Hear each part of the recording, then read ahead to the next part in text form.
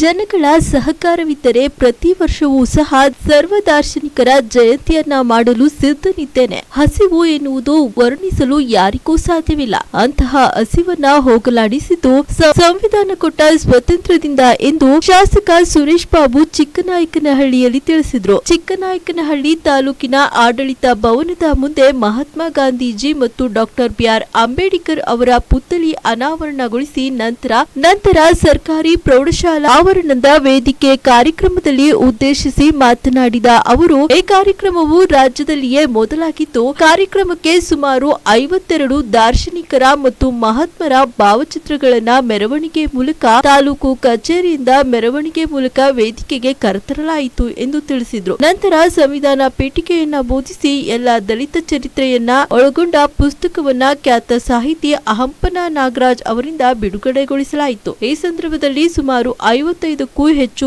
ಮಠಗಳ ಸ್ವಾಮೀಜಿಗಳು, ರಾಜಕೀಯ ನಾಯಕರು ಹಾಗೂ ಸ್ಥಳೀಯ ಸಂಘಟನೆಗಳ ಮುಖಂಡರು ಭಾಗವಹಿಸಿ ಕಾರ್ಯಕ್ರಮವನ್ನು ಯಶಸ್ವಿಗೊಳಿಸಿದರು.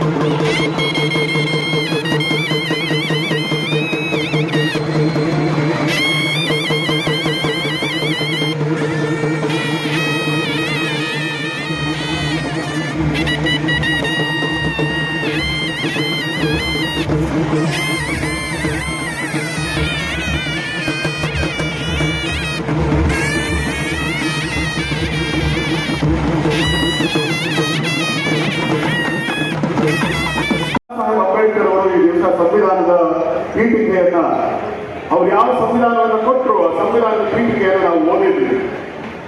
ಈ ಸಂವಿಧಾನ ಬರದೇ ಹೋಗಿದ್ರೆ ಏನಾಗ್ತಾ ಇತ್ತು ಅಂತ ನೀವು ಕೇಳಿದ್ರೆ ಬಾಬಾ ಸಾಹೇಬ್ ಅಂಬೇಡ್ಕರ್ ಅವರೇ ಒಂದು ಸಂವಿಧಾನ ಸಭೆಯಲ್ಲಿ ಮಾತನಾಡ್ತಾರೆ. ಬಾಬಣ್ಣ ಯಾಕೆ ಎಲ್ಲ ಜಾತಿ ಜನಾಂಗಗಳ ದಾರ್ಶನಿಕರನ್ನ ಒಟ್ಟಿಗೆ ಒಂದೇ ದಿವಸ ಈ ವೇದಿಕೆ ಮೇಲೆ ಕರೆಯುವಂತ ಕೆಲಸವನ್ನು ಮಾಡಿದ್ರು ಅಂತಂದ್ರೆ ಬಾಬಾ ಸಾಹೇಬ್ ಅಂಬೇಡ್ಕರ್ ಅವರು ಕೊಟ್ಟಂತ ಮಾತು ಸಂವಿಧಾನ ಸಭೆಯಲ್ಲಿದ್ದು ಸಂವಿಧಾನವನ್ನು ಜಾರಿಗೊಳಿಸಿ ಅಂತ ಕೇಳಿಕೊಳ್ಳುವಾಗ ಅವರಾಗಿ ಮಾತೇನು ಅಂತಂದ್ರೆ ಅಂಬೇಡ್ಕರ್ ಸಾಹೇಬರು ಹೇಳ್ತಾರೆ, ಸ್ವಾತಂತ್ರ್ಯ ಬರೋದಕ್ಕಿಂತ ಮುಂಚೆ ಅಂದ್ರೆ ಇಲ್ಲಿಗೆ 80 ವರ್ಷಗಳ ಹಿಂದೆ ಒಬ್ಬ ಜಾಡವಾಲಿ ಹೆಣ್ಮಗಳನ್ನ ನಿನಗೊಬ್ಬ ಗಂಡು ಮಗ ಹುಟ್ಟಿದ್ರೆ ಅವನ ಕನಸು ಏನಾಗ್ಬೇಕು ತಾಯಿ ಅಂತ ಪ್ರಶ್ನೆ ಕೇಳಿದ್ರೆ ಆ ತಾಯಿ ಹೇಳ್ತಾ ಇದ್ದಂತೆ, ನನ್ನ ಮಗ ನನ್ನ ಗಂಡ ಮೊಲ ಬಾಚಿಸ್ತಾನೆ ಸ್ವಾಮಿ, ಕಕ್ಕಸ್ ಬಾಚಿಸ್ತಾನೆ, ನನ್ನ ಮಗನೂ ಕಕ್ಕಸ್ ಬಾಚಿಸ್ಬೇಕು, ಇಷ್ಟೇ ನನ್ನ ಕನಸು. ಬಾಬಾ ಸಾಹೇಬ್ ಅಂಬೇಡ್ಕರ್ ಹೇಳ್ತಾರೆ, ಕನಕ ಜಯಂತಿಯಿಂದ ಬರೀ ಒಂದೇ ಸಮುದಾಯದವರು ಸೇರಿಬಿಡ್ತಾರೆ. ಮತ್ತೆ ಇನ್ನೊಂದು ಯಾವುದೇ ಒಂದು ಬಸವಣ್ಣ ಜಯಂತಿ ಅಂದ್ರೆ ಬರೀ ಒಂದೇ ಸಮುದಾಯ. ಹೀಗೆ ನಾವು ಅವರಿಗೆ ಮಾಡ್ತಕ್ಕಂಥ ಅಗೌರವ ಅಂತೇಳಿ ನಾನಾದ್ರೂ ಕೂಡ ಭಾವಿಸಿ ಅವರೆಲ್ಲ ಒಂದೇ ಜಾತಿಗೆ ಸೀಮಿತ ಮಾಡ್ತಕ್ಕಂಥ ಸಂಕುಚಿತ ಮನೋಭಾವ ಮತ್ತೆ ಸಂಕುಚಿತ ಕೃತಿಯನ್ನ ನಾವು ಮಾಡ್ತಕ್ಕಂಥದ್ದನ್ನು ಇತ್ತೀಚೆಗೆ ಹೆಚ್ಚಾಗಿದೆ. ಅದನ್ನ ತಪ್ಪಿಸ್ಲಿಕ್ಕೆ ದಾರ್ಶನಿಕರ ಜಯಂತಿಯನ್ನ ಒಮ್ಮೆಲೆ ಎಲ್ಲರೂ ಕೂಡ ಸೇರಿ ಆಚರಣೆ ಮಾಡ್ತಕ್ಕಂಥದ್ದು ಒಂದು ಒಳ್ಳೆಯ ಸಂಪ್ರದಾಯವನ್ನು ಅವರು ಪ್ರಾರಂಭ ಮಾಡಿದ್ದಾರೆ ಚಿಕ್ಕನಾಯಕನಹಳ್ಳಿನಲ್ಲಿ.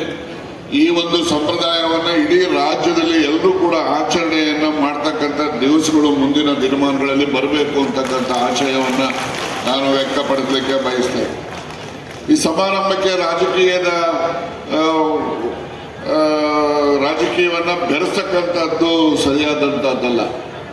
ಯಾವಾಗಲೂ ಕೂಡ ದಾರ್ಶನಿಕರು ಅವ್ರೇನು ಈ ಒಂದು ಸಮಾಜಕ್ಕೆ ಕೊಟ್ಟಿರ್ತಕ್ಕಂಥ ಸಂದೇಶ ಇದೆ, ಆ ಸಂದೇಶ ಸಮಾಜದ ಎಲ್ಲ ಜನಾಂಗಗಳಿಗೂ ಕೂಡ ಒಳಿತಿಗಾಗಿ ಕೊಟ್ಟಿರ್ತಕ್ಕಂಥ ಸಂದೇಶ. ಎಲ್ಲ ಸಮಾಜವನ್ನು ಕೂಡ ಒಟ್ಟಿಗೆ ತಗೊಂಡು ಹೋಗುವಂಥ ಕೆಲಸ ನಾವೆಲ್ಲ ಸೇರಿ ಮಾಡೋಣ ಅಂತಕ್ಕಂಥದ್ದು. ಇದರಲ್ಲಿ ಸಂಕುಚಿತ ಮನೋಭಾವ ಯಾರಿಗೂ ಕೂಡ ಅದನ್ನೆಲ್ಲ ನಾವು ಗಣನೆ ತಗೊಳ್ಬೇಡ. ನಾವು ಮಾತಾಡೋದು ಉದ್ದೇಶ ಸರಿ ಇದೆಯಾ, ಅಷ್ಟು ನಮ್ಮ ನೆಲೆ ಆಗಿರಬೇಕು ಅಂತಕ್ಕಂಥದ್ದಷ್ಟೇ ನಾವು ಆಲೋಚನೆ ಮಾಡೋಣ ಅಂತಕ್ಕಂಥ ಈ ಸಂದರ್ಭದಲ್ಲಿ ಹೇಳ್ತಾ, ಇವತ್ತು ನಾವೆಲ್ಲ ಒಟ್ಟಾಗಿ ಏನಕ್ಕೆ ಕಾರ್ಯಕ್ರಮಕ್ಕೆ ಶ್ರಮಿಸಿದಂತೆ ಎಲ್ಲರೂ ಕೂಡ ಅಭಿನಂದನೆಯನ್ನು ಸಲ್ಲಿಸುವ ಜೊತೆಯಲ್ಲಿ ಎಲ್ಲ ಪರಮ ಪೂಜ್ಯರು ಮತ್ತೆ ಹಂಪ ನಾಗರಾಜ್ ಅವರು ಹಿರಿಯ ಸಾಹಿತಿಗಳು, ಅವರು 90 ವರ್ಷ ತುಂಬಿರ್ತಕ್ಕಂಥ ಹಿರಿಯ ಜೀವಿ ಇಷ್ಟೊಂದು ಕೂಡ ನಮ್ಮ ಜೊತೆ ಇರ್ತಕ್ಕಂಥ ನಮ್ಮ ಪುಣ್ಯ ನಮ್ಮ ಸೌಭಾಗ್ಯ ಅಂತಕ್ಕಂಥ ಕೂಡ ಎಲ್ಲ ಪರಮ ಪೂಜ್ಯರು ಕೂಡ ಇವತ್ತು ನಾವು ಇಲ್ಲಿ ಎಲ್ಲ ಧರ್ಮಗಳು ಕೂಡ ಒಂದೇ ಇರ್ತಕ್ಕಂಥದ್ದು, ಹಿಂದೂ ಮುಸ್ಲಿಂ ಕ್ರಿಶ್ಚಿಯನ್ ಮತ್ತೆ ಎಲ್ಲ ಧರ್ಮಗಳು ಕೂಡ ಒಂದೇ ಇರ್ತಕ್ಕಂಥ ಸಾಗಲಿಕ್ಕೆ ನಾವೆಲ್ಲ ಹೊರಟಿರ್ತಕ್ಕಂಥದ್ದು. ಆ ನಿಟ್ಟಿನಲ್ಲಿ ಈ ಕಾರ್ಯಕ್ರಮ ಯಶಸ್ವಿಯಾಗಿ ಜರುಗಿದೆ ಅಂತಕ್ಕಂಥ ನಾನು ಹೇಳ್ತಾ, ಇಲ್ಲಿ ನಮ್ಮ ಜೊತೆ ಕೆಲವು ಮಾತನಾಡಲಿಕ್ಕೆ ಮತ್ತು ಬಂದಂಥ ಎಲ್ಲ ಸ್ವಾಮೀಜಿಗಳಿರ್ಬೋದು, ಎಲ್ಲ ಸಮಾಜದ ಸುಧಾರಕರಿರ್ಬೋದು ಮತ್ತು ತಾಲೂಕಿನ ಎಲ್ಲ ಜನಾಂಗದ ಅಧ್ಯಕ್ಷರು ಕೂಡ ಸಾಕಷ್ಟು ಪರಿಶ್ರಮ ಹಾಕಿದ್ದಾರೆ. ಎಲ್ಲ ಒಟ್ಟಾಗಿ ಸೇರಿ ಮಾಡೋಣ. ಈ ಜಾತಿಗಳು ನಾವ್ಯಾರು ಕೂಡ ಅರ್ಜಿ ಹಾಕೊಂಡು ಜಾತಿಗೆ ಹೋಗ್ಬೇಕು ಅಂತ ಯಾರು ಆದರೆ ನಾವು ಇಂಥ ಸಂದರ್ಭದಲ್ಲಿ ನಾವು ಸಮಾಜಕ್ಕೆ ಏನು ಮಾಡಿದ್ವಿ, ಸಮಾಜದ ಜೊತೆ ಹೇಗಿದೆ ಅಂತಕ್ಕಂಥದ್ದು ಮುಖ್ಯ ಆಗ್ತದೆ. ಅದು ನೆರೆಯವರ ಬಂಧುಗಳು ಅಂತಕ್ಕಂಥ ಭಾವನೆಯಲ್ಲಿ ಇರ್ತಕ್ಕಂಥ ಎಲ್ಲ ಜನರಲ್ಲಿ ಸಮಾಜದಲ್ಲಿ ಒಟ್ಟಾಗಿ ಹೋಗ್ತಕ್ಕಂಥದ್ದು ಮುಖ್ಯ ಅಂತಕ್ಕಂಥ ಈ ಸಂದರ್ಭದಲ್ಲಿ ಹೇಳ್ತಾ, ಇವತ್ತು ಸಂವಿಧಾನದ ಬಗ್ಗೆ ಪೀಠಿಕೆಯನ್ನು ಕೂಡ ಓದಿಸೋದು ಮತ್ತೆ ಕೆಲವು ಪ್ರಭಾವಗಳನ್ನು ಮಾಡ್ತಕ್ಕಂಥದ್ದು ಎಲ್ಲರೂ ಕೂಡ ಇವತ್ತು ಉತ್ತಮ ರೀತಿಯಲ್ಲಿ ಕಾರ್ಯಕ್ರಮ ಜರುಗಿದೆ. ಎಲ್ಲರ ಎಲ್ಲರೂ ಪಟ್ಟು ಇದ್ದರೆ ಚೆನ್ನಾಗಿತ್ತು ಅಂತಕ್ಕಂಥ ಭಾವನೆ ಇದೆ. ಅದು ಮುಂದಿನ ದಿನಗಳಲ್ಲಿ ಏನು ಮಾಡೋದು ಅಂತಕ್ಕಂಥದ್ದನ್ನ ಆಲೋಚನೆ ಮಾಡೋಣ. ಇದನ್ನ ನಾನು ಕೇಳ್ತಕ್ಕಂಥದ್ದು, ಇದು ಮಾಡ್ತಕ್ಕಂಥದ್ದು ಸರಿ ಅಂತ ಎಲ್ಲರೂ ಇದ್ದರೆ ಪ್ರತಿ ವರ್ಷ ನಾವು ಮಾಡ್ಬೋದು ಅಂತಕ್ಕಂಥದ್ದನ್ನ ನಿಮ್ಮನ್ನ ನಿರ್ಣಯವನ್ನು ಕೇಳ್ತಿದ್ದೀವಿ. ಎಲ್ಲರೂ ಕೂಡ ಒಪ್ಪಿಗೆ ಕೊಟ್ಟರೆ ಪ್ರತಿ ವರ್ಷ ಕೂಡ ಇದನ್ನ ಮುಂದುವರಿಸೋದು ಕೆಲಸ ಖಂಡಿತ ಮಾಡಲಿಕ್ಕೆ ನಿಮ್ಮೆಲ್ಲರ